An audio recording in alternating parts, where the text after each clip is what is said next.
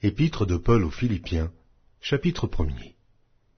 Paul et Timothée, serviteurs de Jésus-Christ, à tous les saints en Jésus-Christ, qui sont à Philippe, aux évêques et aux diacres. Que la grâce et la paix vous soient données de la part de Dieu notre Père et du Seigneur Jésus-Christ. Je rends grâce à mon Dieu de tout le souvenir que je garde de vous, ne cessant dans toutes mes prières pour vous tous de manifester ma joie au sujet de la part que vous prenez à l'Évangile, depuis le premier jour jusqu'à maintenant. Je suis persuadé que celui qui a commencé en vous cette bonne œuvre la rendra parfaite pour le jour de Jésus-Christ. Il est juste que je pense ainsi de vous tous, parce que je vous porte dans mon cœur, soit dans mes liens, soit dans la défense et la confirmation de l'Évangile, vous qui tous participez à la même grâce que moi. Car Dieu m'est témoin que je vous chéris tous avec la tendresse de Jésus-Christ. Et ce que je demande dans mes prières, c'est que votre amour augmente de plus en plus en connaissance et en pleine intelligence, pour le discernement des choses les meilleures, afin que vous soyez purs et irréprochables pour le jour de Christ, remplis du fruit de justice qui est par Jésus-Christ à la gloire et à la louange de Dieu. Je veux que vous sachiez, frères, que ce qui m'est arrivé a plutôt contribué au progrès de l'Évangile. En effet, dans tout le prétoire et partout ailleurs, nul n'ignore que c'est pour Christ que je suis dans les liens. Et la plupart des frères dans le Seigneur, encouragés par mes liens, ont plus d'assurance pour annoncer sans crainte la parole. Quelques-uns, il est vrai, prêchent Christ par envie et par esprit de dispute, mais d'autres le prêchent avec des dispositions bienveillantes. Ceux-ci agissent par amour, sachant que je suis établi pour la défense de l'Évangile, tandis que ceux-là, animés d'un esprit de dispute, annoncent Christ par des motifs qui ne sont pas purs, et avec la pensée de me susciter quelque tribulation dans mes liens. Qu'importe, de toute manière, que ce soit pour l'apparence, que ce soit sincèrement, Christ n'est pas moins annoncé. Je m'en réjouis, et je m'en réjouirai encore. Car je sais que cela tournera à mon salut, grâce à vos prières et à l'assistance de l'Esprit de Jésus-Christ, selon ma ferme attente et mon espérance, que je n'aurai honte de rien, mais que, maintenant, comme toujours, Christ sera glorifié dans mon corps, avec une pleine assurance, soit par ma vie, soit par ma mort, car Christ est ma vie, et la mort m'est un gain. Mais s'il est utile pour mon œuvre que je vive dans la chair, je ne saurais dire ce que je dois préférer. Je suis pressé des deux côtés. J'ai le désir de m'en aller et d'être avec Christ, ce qui de beaucoup est le meilleur, mais à cause de vous, il est plus nécessaire que je demeure dans la chair. Et je suis persuadé, je sais, que je demeurerai et que je resterai avec vous tous, pour votre avancement et pour votre joie dans la foi, afin que, par mon retour auprès de vous, vous ayez en moi un abondant sujet de vous glorifier en Jésus-Christ. Seulement, conduisez-vous d'une manière digne de l'Évangile de Christ, afin que, soit que je vienne vous voir, soit que je reste absent, j'entende dire de vous que vous demeurez ferme dans un même esprit, combattant d'une même âme par la foi de l'Évangile, sans vous laisser aucunement effrayer par les adversaires, ce qui est pour eux une preuve de perdition, mais pour vous, de salut. Et cela de la part de Dieu, car il vous a été fait la grâce, par rapport à Christ, non seulement de croire en lui, mais encore de souffrir pour lui, en soutenant le même combat que vous m'avez vu soutenir, et que vous apprenez maintenant que je soutiens. Épître de Paul aux Philippiens, chapitre 2. Si donc il y a quelque consolation en Christ, s'il y a quelque soulagement dans la charité, s'il y a quelque union d'esprit, s'il y a quelque compassion et quelque miséricorde, rendez ma joie parfaite. Ayant un même sentiment, un même amour, une même âme, une même pensée. Ne faites rien par esprit de parti ou par vaine gloire, mais que l'humilité vous fasse regarder les autres comme étant au-dessus de vous-même. Que chacun de vous, au lieu de considérer ses propres intérêts, considère aussi ceux des autres. Ayez en vous les sentiments qui étaient en Jésus-Christ, lequel, existant en forme de Dieu, n'a point regardé comme une proie à arracher d'être égal avec Dieu, mais s'est dépouillé lui-même, en prenant une forme de serviteur, en devenant semblable aux hommes, et ayant paru comme un simple homme. Il s'est humilié lui-même, se rendant obéissant jusqu'à la mort, même jusqu'à la mort de la croix. C'est pourquoi aussi Dieu l'a souverainement élevé, et lui a donné le nom qui est au-dessus de tout nom, afin qu'au nom de Jésus, tout genou fléchisse dans les cieux, sur la terre et sous la terre, et que toute langue confesse que Jésus-Christ est Seigneur, à la droite de Dieu le Père. Ainsi, mes bien-aimés, comme vous avez toujours obéi, travaillez à votre salut avec crainte et tremblement, non seulement comme en ma présence, mais bien plus encore maintenant que je suis absent.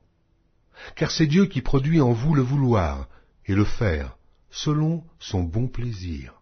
Faites toutes choses, sans murmure ni hésitation, afin que vous soyez irréprochables et purs, des enfants de Dieu irrépréhensibles au milieu d'une génération perverse et corrompue, parmi laquelle vous brillez comme des flambeaux dans le monde, portant la parole de vie, et je pourrai me glorifier au jour de Christ de n'avoir pas couru en vain, ni travaillé en vain.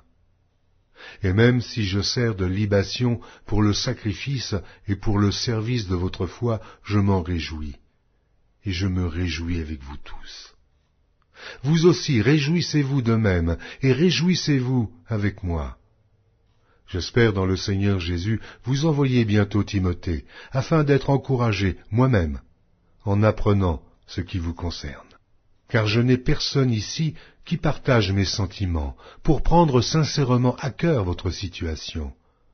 Tous, en effet, cherchent leurs propres intérêts, et non ceux de Jésus-Christ. Vous savez qu'il a été mis à l'épreuve en se consacrant au service de l'Évangile avec moi, comme un enfant avec son père. J'espère donc vous l'envoyer dès que j'apercevrai l'issue de l'état où je suis. Et j'ai cette confiance dans le Seigneur, que moi-même aussi j'irai bientôt.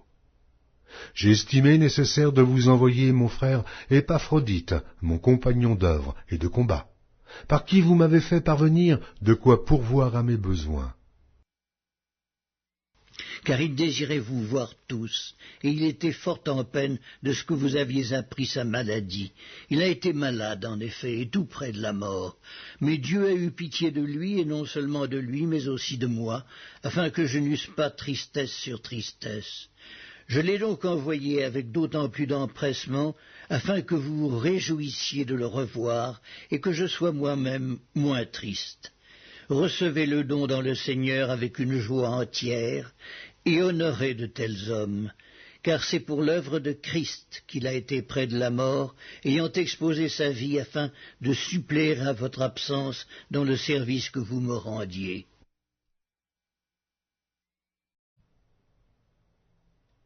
Épître de Paul aux Philippiens, chapitre 3. Au reste, frères, réjouissez-vous dans le Seigneur. Je ne me lasse point de vous écrire les mêmes choses, et pour vous cela est salutaire. Prenez garde aux chiens, prenez garde aux mauvais ouvriers, prenez garde aux faux circoncis, car les circoncis, c'est nous, qui rendons à Dieu notre culte par l'Esprit de Dieu, qui nous glorifions en Jésus-Christ, et qui ne mettons point notre confiance en la chair. Moi aussi, cependant, j'aurais sujet de mettre ma confiance en la chair. Si quelque autre croit pouvoir se confier en la chair, je le puis bien davantage, moi, circoncis le 8e jour, de la race d'Israël, de la tribu de Benjamin, hébreu, né d'hébreu, quant à la loi, pharisien, quant au zèle, persécuteur de l'Église, irréprochable à l'égard de la justice de la loi. Mais ces choses qui étaient pour moi des gains, je les ai regardées comme une perte à cause de Christ. Et même, je regarde toutes choses comme une perte, à cause de l'excellence de la connaissance de Jésus-Christ mon Seigneur, pour lequel j'ai renoncé à tout, et je les regarde comme de la boue, afin de gagner Christ, et d'être trouvé en lui, non avec ma justice, celle qui vient de la loi, mais avec celle qui s'obtient par la foi en Christ, la justice qui vient de Dieu par la foi, afin de connaître Christ et la puissance de sa résurrection et la communion de ses souffrances, en devenant conforme à lui dans sa mort, pour parvenir, si je puis, à la résurrection d'entre les morts. Ce n'est pas que j'ai déjà remporté le prix, ou que j'ai déjà atteint la perfection, mais je cours pour tâcher de le saisir, puisque moi aussi j'ai été saisi par Jésus-Christ. Frères, je ne pense pas l'avoir saisi. Mais je fais une chose, oubliant ce qui est en arrière, et me portant vers ce qui est en avant. Je cours vers le but, pour remporter le prix de la vocation céleste de Dieu en Jésus-Christ. Nous tous donc qui sommes parfaits, ayons cette même pensée. Et si vous êtes en quelque point d'un autre avis, Dieu vous éclairera aussi là-dessus. Seulement, au point où nous sommes parvenus, marchons d'un même pas. Soyez tous mes imitateurs, frères, et portez les regards sur ceux qui marchent selon le modèle que vous avez en nous. Car il en est plusieurs qui marchent en ennemis de la croix de Christ. Je vous en ai souvent parlé, et j'en parle maintenant encore en pleurant. Leur fin sera la perdition. Ils ont pour Dieu leur ventre. Ils mettent leur gloire dans ce qui fait leur honte. Ils ne pensent qu'aux choses de la terre. Mais notre cité à nous est dans les cieux, d'où nous attendons aussi comme Sauveur le Seigneur Jésus-Christ, qui transformera le corps de notre humiliation en le rendant semblable au corps de sa gloire, par le pouvoir qu'il a de s'assujettir toutes choses. Épître de Paul aux Philippiens, chapitre 4. C'est pourquoi, mes bien-aimés et très chers frères, qui êtes ma joie et ma couronne, demeurez ainsi fermes dans le Seigneur, mes bien-aimés. J'exhorte Évodie, et j'exhorte Syntyche à être d'un même sentiment dans le Seigneur. Et toi aussi, fidèle collègue, oui, je te prie de les aider, elles qui ont combattu pour l'Évangile avec moi et avec Clément et mes autres compagnons d'œuvre, dont les noms sont dans le livre de vie. Réjouissez-vous toujours dans le Seigneur, je le répète, réjouissez-vous. Que votre douceur soit connue de tous les hommes. Le Seigneur est proche.